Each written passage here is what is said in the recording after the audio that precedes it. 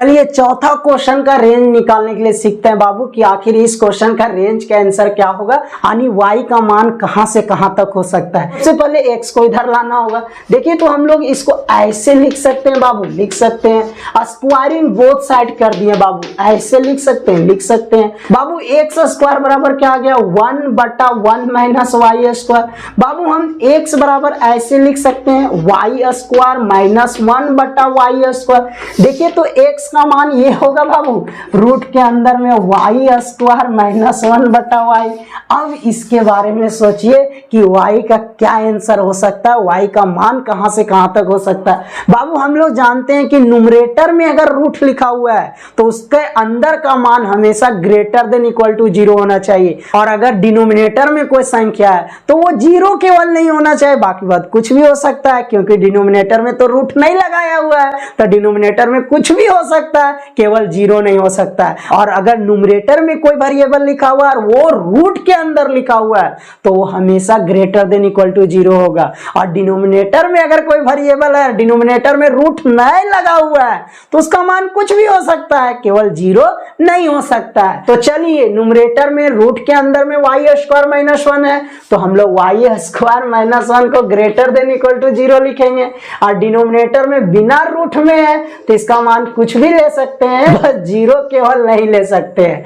अब देखिए फाइनल क्या आंसर आता है बाबू। चलिए फाइनल y का मान देखते हैं कहां से कहां तक आता है। यहां से देखिए बाबू ऐसे लिख सकते हैं, वाई स्क्वायर ग्रेटर देन 1 लिख सकते हैं कि नहीं, लिख सकते हैं। बाबू आप पहले से पढ़े हो, बाबू आपको बहुत ही बेहतरीन ढंग से समझाया गया है कि कभी भी कोई वेरिएबल का पावर 2 हो और उसका मान ग्रेटर देन इक्वल टू या लेस देन इक्वल टू करके लिखा हुआ है तो उसका 2 पार्ट में आंसर होता है। कितना पार्ट में, 2 पार्ट में आंसर होता है। एक तो हो जाएगा y greater than equal to 1 और दूसरा जो आंसर होगा y less than equal to लगा देना है बाबू। एक तो जो चिन्ह में है वो चुपचाप उतार देना है स्क्वायर हटा के, दूसरा जो आंसर होगा सो चिन्ह को बदल करके लिखना है और जो संख्या प्लस में लिखा हुआ उसी में क्या लगा देना है, माइनस लगा देना है। यानी इससे 2 आंसर जो आएगा सो y ग्रेटर देन 1 होगा और y less than equal to -1 होगा। यानी क्या आ रहा है बाबू, थोड़ा और बढ़िया से समझते हैं क्या आंसर आ रहा है।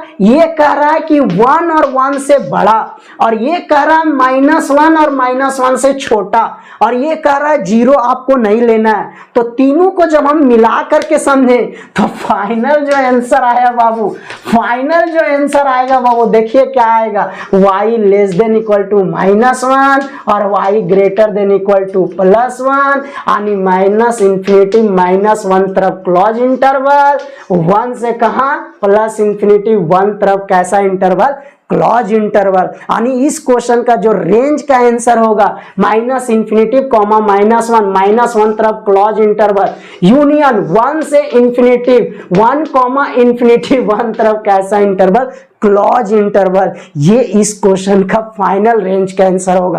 पूरा वीडियो को देखिएगा तब समझ में आएगा, बार बार देखिएगा पक्का समझ में आएगा। फिर भी किसी तरह कोई कंफ्यूजन दिक्कत जरूर बताइएगा और चैनल को जरूर सब्सक्राइब कीजिएगा।